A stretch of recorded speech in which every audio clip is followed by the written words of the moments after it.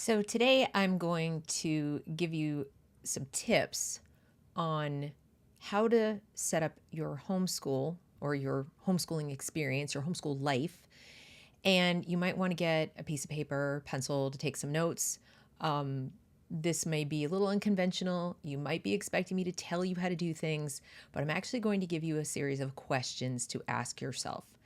And when you answer the questions, then you'll have a better idea how to set up your homeschool. Before we get started, if you find this kind of content helpful, please consider subscribing to the channel, hitting the bell to get notified when I make more content like this.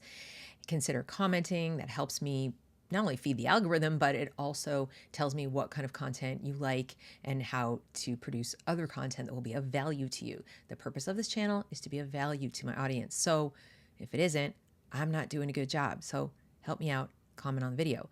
You can share the video with other people. That also supports the channel. And if you'd like to make a direct contribution, that would be awesome. But really the one that's the biggest bang for your buck is to join my locals community where you can get some help in the bargain. So without further ado, let's start with the questions you need to ask yourself when you are setting up a homeschooling environment for your children. Here we go. Number one, how much time can I realistically spend with my kids, face to face with my kids? This is a really important question because you might work from home, you might go out to a job, you might have a spouse who needs your attention, you might have pets that need your attention, you might have other family members, parents, grandparents, etc., who need your attention. You might have a baby, okay? So first thing to do is to sit down and realistically assess who is going to be the adult in the building with your kids when you're homeschooling. This doesn't necessarily mean you have to be at home in your house.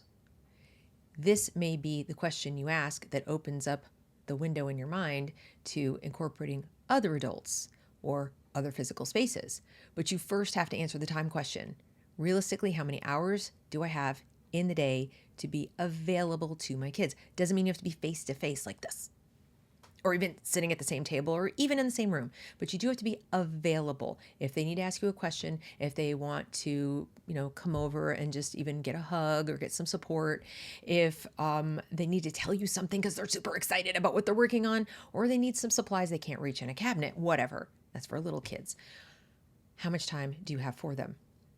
Question number two. How much time realistically are your specific kids going to need from you or another adult in the day? Again, you're not recreating school at home. You're just creating a learning environment. The older your children are and the less they rely on each other. So if you have siblings, multiple siblings, and they're of certain ages and can look out for each other, the answer will be different than if you have an only child. If your children are very young, okay, they're probably going to need you more. It's not a given. You know your own kid. Some kids are very independent. Think about each individual child and their differences. You might have one that's super independent and one that's really needy. Whatever it is, figure that out. When your children are over the age of 12, there you have to kind of fudge it a bit. How much do they want your attention and how much realistically they need your attention, and how much can you kind of push that envelope to nudge them towards being more independent if they aren't already? This is especially important if they're coming out of a school environment where they were told what to do every minute and they might not be accustomed to being independent learners. You may be a candidate for something called deschooling, which I'll talk about next. But think about each individual kid. How much time do they need from me? And then you'll have those two things, looking at those two numbers against each other. How much have I got? How much is each kid going to need? Those two numbers are going to give you the amount of time you need an adult available in the space where your kids are. Again, the adult doesn't have to personally be you unless you know for a fact it has to be you. Like there's some special thing that you provide that it has to be you, but that's the sort of child care piece for, the learning, okay? And then you have question number 3, which is, do I need to deschool? Well, what does that mean, Deb? What does deschool mean? Are you pulling your kid out of school, or are they just starting school like kindergarten age? If they're just starting school and they have never been in school before, never been in daycare, they've only been with you, you can skip this question. If they've been in daycare subject to certain, times of here's when I have a snack and here's when I, then nap or whatever, you might need to kind of ease them into a different schedule or take a look at their weekend or summer schedule or whatever when they're not in that kind of an environment to get a sense of their body clock and what they need. If they've been in school, even just kindergarten, even just 1 year, you might want to consider a process called deschooling. That means you take some time in between starting the homeschool process where you're actively doing curriculum and learning and lesson planning and so forth, and just hanging out. It's not hanging out. It's something more purposeful than that. It's weaning your child off of electronics. It's getting them in a regular pattern of sleeping the correct amount of hours for their physical needs and their age, eating a proper diet, getting some time outside and some exercise, sort of getting back in touch with their own bodily autonomy, first of all, especially if they're in the younger side, but really for all kids, and getting in touch with how do I feel at different parts of the day. You then, as the parent, take on a learning role, observing your child. So you're not just like letting them be, you have to sort of observe and talk with them and take note of when they're most alert and awake and when they're kind of like falling off and losing attention span and so forth. This will be different by age group. This will be different by child. And then you'll have a better idea of how to plan your homeschool day around their natural rhythms. Kids do have them. This is when they'll figure out what they are, because you won't be on the school's time clock anymore. You will get on your own time clock. It's kind of like a weaning, if you will. But it's different than summertime where maybe anything goes, because you still have to have a getting up, having breakfast, not using technology all day, not doing whatever the heck you want all day. There has to be something like, what would you like to do in the morning that is constructive? They have a little more say, but you get to observe how they work with that. Okay, so that would be sort of a deschooling process. You'll be the judge of how long that needs to be. Some people take a week, some people take a month. Depends on the kid, depends how long they've been in school. But each week that goes by that you do it, and I wouldn't do it more than a month. I personally think 2 weeks is probably sufficient for most kids, but again, you be the judge. If they've had a particularly rough time in school, they might need a little more time just to decompress. All right, so that's that question. The next one, what kind of space do I have? Now, this kind of goes back to the beginning where we said, how much time do you need in the space? Well, now, how much space do I have? Now you know how much time you need in space. Look around at the space you've got. Look at your home. Who has to be in the building? Do you have other adults working there, working on computers, using whatever broadband you've got, using whatever computer you've got? What about how sound travels in the room? If one person is having a meeting or a conference call, is the sound traveling around the house and going to make it difficult for somebody who's taking a class on another computer or sitting and doing, paperwork? Is it going to be difficult for them to concentrate because of the noise? Do you have a dedicated space that a child or children can use? If not, could you make one? What kind of furniture do you have or need? Do you need a desk? It's really recommended that kids sit upright to do their work and not lounge on their beds. Again, it just goes to attention. Do you work really well lounging on your bed? Most kids don't. It's too easy to fall asleep. Sitting upright in a well-lit space where you're not easily distracted by all kinds of noises and things going on. And if you have a child with ADD, it's even more important. So think about the physical space and what's in it and how sound moves around it. And then addendum to that is the equipment. Do I need another computer? What kind of computer would I need? How robust does it need to be? Do I need a headset? If I've got multiple kids, do I need to sort of stagger what they're doing or choose curriculum based on sharing a computer, sharing a headset, sharing a microphone, things like that? You may already have gone through this with virtual learning, but if you didn't, this is something new that you might have to think about. You might have to think about it anew anyway, because you might need to use technology more or less depending on how it's different from virtual school. Remember, you're not recreating the school. So consider those things. Next, how do you like the day to flow in your home? You as an adult. So we talked about time that you realistically have, but now let's talk about the specifics of your day or your partner or spouse's day. What time do you get up? How much time do you like to have to yourself before there are children in the mix? Do you need to get some work done before they're up and ready and needing your attention? Can you shift that to the evenings? Can you shift that to a time when they're otherwise playing a sport or doing something else?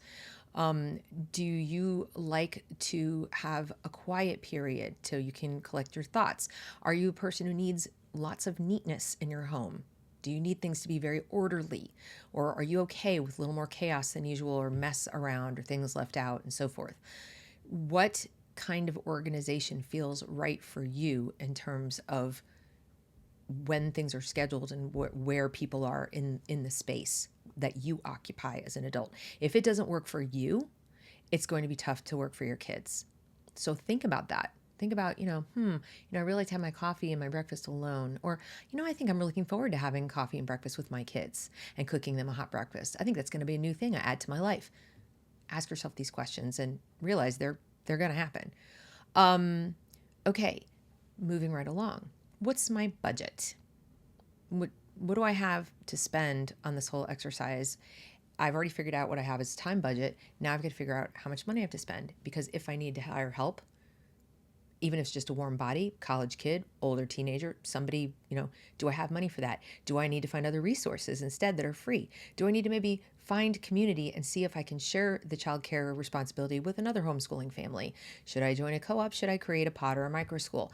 These things will be answered when you figure out your budget.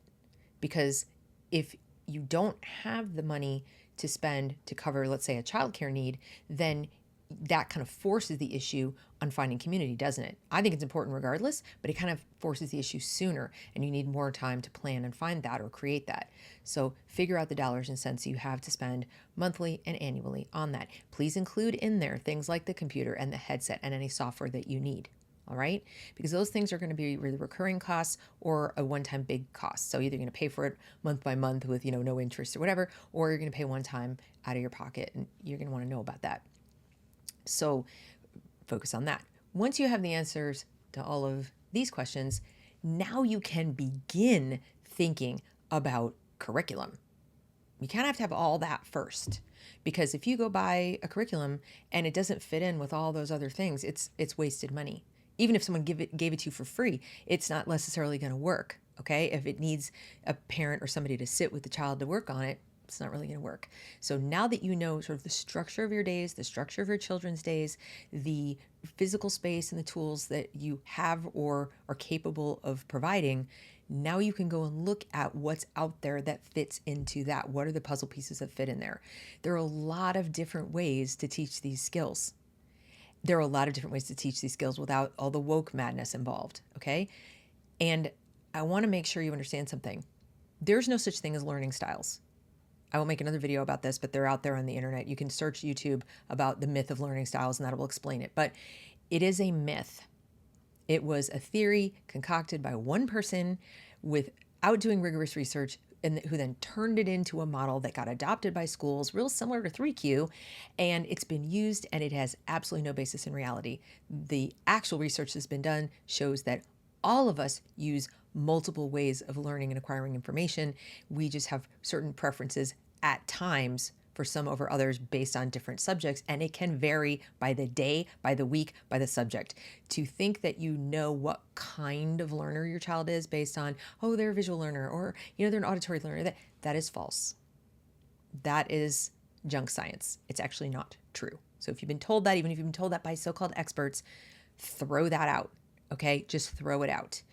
You should give yourself the freedom to choose curriculum based on what you know of your child in terms of their interests, in terms of their stamina and their ability to read and sit still, their facility with a pen and a pencil, their ability to keyboard, what kind of tools you have, etc. Now, I have personal preferences, which I can talk about in other videos, or you can come to one of my local Zoom calls and we can go over the nitty-gritty, but you really need to look at the curriculum with your whole life setup in mind and your individual children in terms of what kind of things they like to do. And my only recommendation there is see if you can get samples. A lot of these companies have online samples you can download, diagnostic tests you can print out and do without purchasing anything. You can ask another family who's a seasoned homeschool family, can I take a look at what you have? Could I maybe borrow some of it for a day and try it out? Do what you can to test things out. Because 2 + 2 = 4, no matter which way it's presented to you. So you need to think of which is the one that makes the most sense. As I said, I have my personal favorites and things that I like most, but I don't know your family and I don't know your kids. So, you're going to have the knowledge to make these decisions after you do answer the first questions. Then the next question is, okay, Deb, that's great. And now I've gotten through all of that, and I've even picked some curriculum. I like, well, how do I plan my day? So now I've figured out how much time I have, what curriculum I want, what material, what equipment I need, and so forth. But like, how do I decide what I do at 9 a.m. or 10 a.m. or well, go back to that original time schedule and go back to your child's original, body clock. Get a little more granular with it. So write it down. When do I observe that my children are most awake and alert? How much exercise do they need in the day, and what's the best time for them to really get that concurrent with my schedule and their ability to go outside when it's weather? Okay, so here in the South, you want to go before the sun is fully up in the sky, maybe to get the outside time, or maybe later in the day when it's on the way down. You be the judge. Maybe you want to do field trips and things are open at certain hours of the day. So that's going to come into play. So you've got to start getting more granular about the things you want to do to incorporate in your child's learning and what their constraints are. Like I said, weather, hours of operation, when other people you want to associate with in your community are available, and so on. Know those things first before you start planning what your day is going to be. I can't tell you how many times I planned things in my early years of homeschool where I made these beautiful plans of what a day would look like, only to have it derailed because the play group that we we're setting up needed a different hour. Everybody needed a different time. We had to shift everything. So kind of, figure these things out first and then plan it. And even then, be prepared to pivot. And you're going to have off days. You're going to have off days. So however much you think you're going to be able to plan to be flexible, if that makes sense. So make sure you have enough wiggle room in there that nothing is absolutely fixed. You don't need it to be, because you're homeschooling. It's not school where you're going to bump into a bell or bump into a bus schedule or bump into something that you can't get out of. There's no hard stop, except the ones that you create or that are consistent with your life. But best of all, there's no hard stop on the year. You can keep going in a given subject, as fast as you want, or slow down or repeat things. Go back and review, whatever you want to do. When you administer a test, if one is required in your state, it's on your schedule. It's not on anybody else's. So you're not teaching to a test. You're not teaching to a deadline. So be prepared to be flexible and get as granular as you need to be to make sure that each week is realistic, and maybe only go by week. That's just a suggestion, but you decide. Finally, last one for this video. Otherwise it would just get too long. What's the best planner to use? Once I figure out all this stuff and I've got it all down, what's the best planner to use, Deb? Well, gosh, golly gee, I'd say the one you're going to use. In other words, you can go out there and buy the most beautiful planner in the world and think this is so great. It has all these cool little spaces to write my goals and my dreams and doodle and, check boxes and all that. Or, I just like, paper and a notebook. What are you realistically going to use? The most wonderful planner in the world that has supposedly thought of everything won't work if it's sitting on your desk and you never open it. A plain old spiral notebook can be a godsend if you'll actually use it. So a plain old desk calendar that's a blotter on your desk can be all you need, or a wall full of Post-it notes where you have Monday, Tuesday, Wednesday, Thursday, Friday, etc., and color-coded subjects, and you just can move them around at will because you need that level of flexibility. What are you going to use, and what is going to make you feel comfortable in the world you've just defined and created for yourself and your family? Okay, so that's my answer, the one you're going to use. Having said that, if you're curious, I'll go ahead and show you the one that I use. I get nothing from this. I am not an affiliate. This is not a paid sponsor. But if you or one of your children happens to be ADD, there is a planner that I have found that works exceptionally well for people who have this particular challenge. And it is from Order Out of Chaos, and it is this planner. It's the Academic Planner. And it's designed for students, but I have to tell you, I like it too, even for adults. I love this planner. Again, this is me. What I like about it, you write the subjects down the side and they're always there on the margin. You don't have to write them in each page. And then you see the week across. You see the whole week across. So you see what's coming. And then you can check off little, the boxes. You also can plan the weekends, and you can plan by the hours down below. I personally like this one a lot because if you can see the time, at least if I can see the time and if my daughter who has ADD can see the time, we seem to understand it better and plan for it better. But it still comes down to, will you use it? I still on a Sunday have to say, have you worked on your planner? Have you filled out your planner for the coming week? It still takes a reminder. So no planner is going to magically make you organized. And if you are not a super organized person, that's okay. Own it. I mean that. Own it. Be realistic about who you actually are and build your homeschooling environment around who you actually are. Do not think you're going to have a Pinterest perfect existence overnight, or that you can wrangle yourself into it by force of will. You probably can't. You could create a wonderful homeschooling environment without doing that. Just be very honest with yourself and work around it, okay? And a corollary to that is there are going to be bad days. As I hinted at in the beginning of the video, there are going to be days that just suck. Everything falls apart.